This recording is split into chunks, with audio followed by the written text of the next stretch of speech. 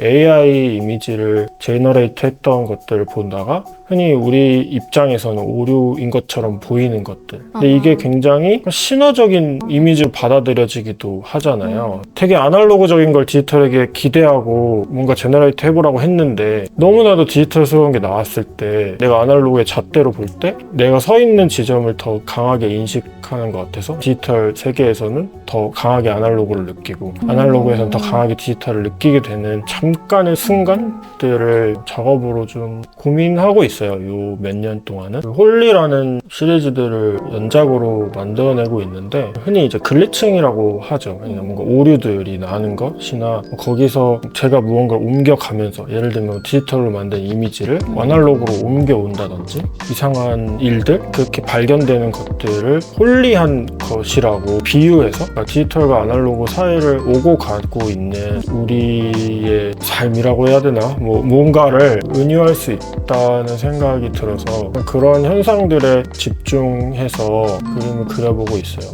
눈사람도 저는 그렇게 생각하거든요. 그러니까 눈이라는 게 사실은 모양이 없는데 그거를 뭉쳐놓고 우리가 눈사람이라고 부르죠. 사실 눈인데 말이죠. 그리고 연기나 이런 것도 뭔가 형체가 없는 것처럼 느껴지기도 하는데 굉장히 구체적인 형체라고 우리가 생각하기도 하는 것이 왔다 갔다 하고 있는 그런 존재들처럼 느껴지기 때문에 뭔가 그런 것들로 은유를 할 수 있지 않을까 해서 만든 시리즈예요. 그래서 이거는 사실 중세의 삼면화를 좀 차용해 오기도 했어요. 그래서 세 개가 세트고 마치 얘가 가운데 눈사람 불타고 있는 눈사람이 있고 이 주변에 이걸 호위하는 존재들인 것처럼 만들어 본다든지 그리고 불타는 눈사람이라는 것도 제가 AI 제너레이트 이미지를 만들다 우연히 나왔던 건데 생각을 해보니 사실 디지털 3D나 디지털 월드에서는 불이 타는 것과 눈이 녹는 것은 전혀 관련이 없거든요.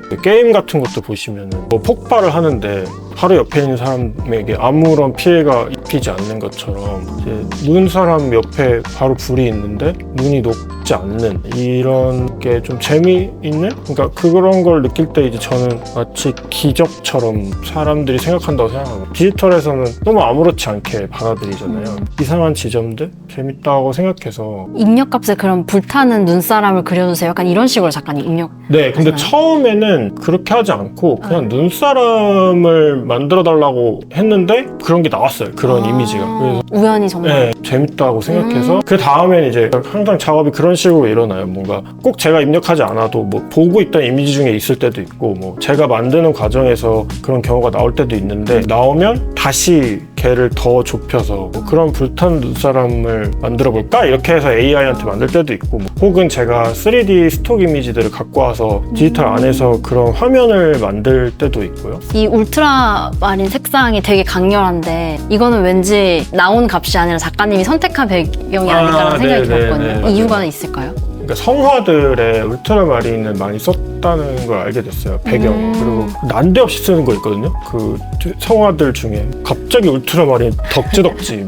금 덕지덕지 막 이렇게 바르는 게 있어서 근데 그게 예전에는 울트라마린이라는 색상 자체가 너무 귀했다 보니까 그렇게 해서 사용했던 걸로 알고 있어서 지금 현재를 살고 있는 우리한테 울트라마린은 그냥 똑같이 값싼 물감이기 때문에 그런 지점이 재밌기도 했고 화면을 구성하다 보면 사실은 말이 안 되는 화면을 만든단 말이죠.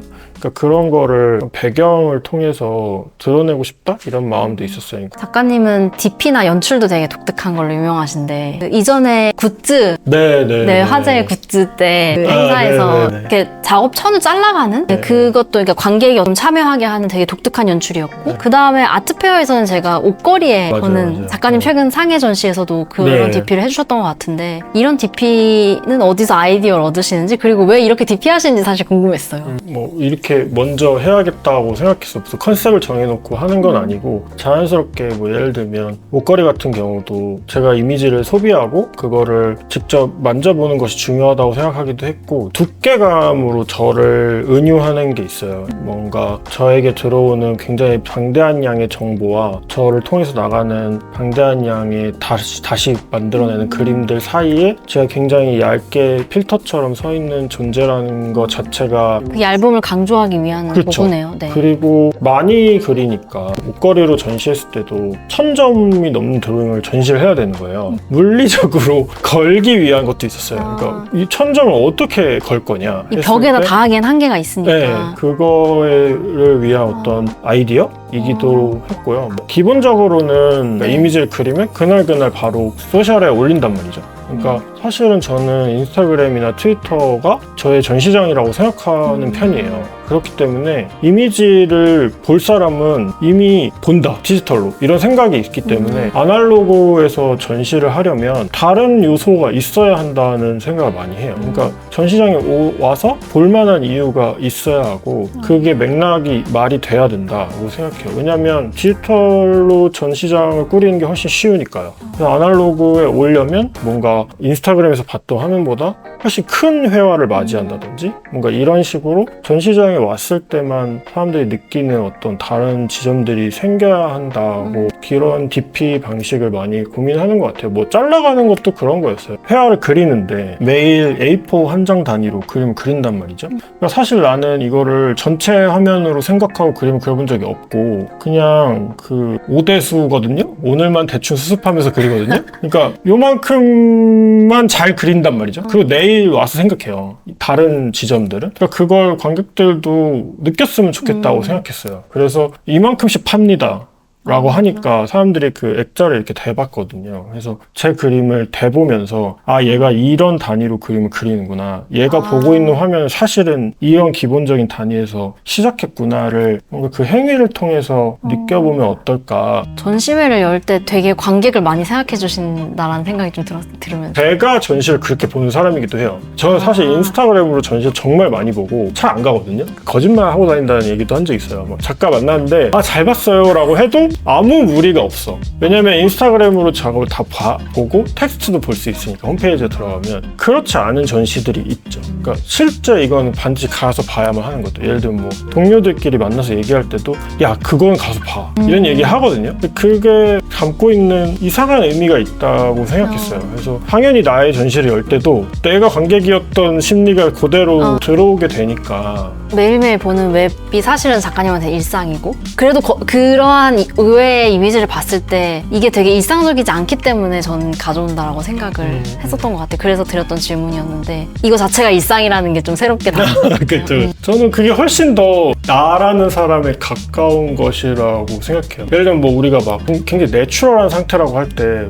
뭔가 자연을 그려야 될 것 같고 뭐 이런 말 하지만 난 자연이 있지 않은데 내가 가장 내추럴한 상태는 사실 액정 속 화면이라고 많이 생각하는 것 같아요, 저는. 마지막 질문입니다. 예술가로서 꿈이 있다면? 근데 강연 가서 많이 하는 얘기인데요. 저는 꿈을 하루로 짜거든요. 그러니까 아침에 일어나서 아주 여유롭게 작업실에 와서 작업을 하고 뭐 그런 거 있잖아요. 햇살이 비친다든지 그러고 집에 3시쯤 돌아가서 뭔가 다른 재미난 것들 뭐 예를 들면 게임을 한다든지 뭐 와이프와 논다든지 이런 걸 하고 맛있는 저녁을 먹고 커피를 마실 때도 뭐 낮에 어떤 공원에 앉아 있다든지 이런 식의 형태들 꿈으로 많이 생각해요. 그냥 아주 베스트한 하루 매일이 되는고자 노력하고 싶다. 근데 그냥 제가 예술을 직업으로 삼았으니까 작업을 지속하고 나가는 하루라고 생각하는 것 같아요. 그게 나에게 어떤 완벽한 하루에 되게 스며들어와 있는 작업들이 있고 그 작업을 하는 그 하루하루를 살고 싶다?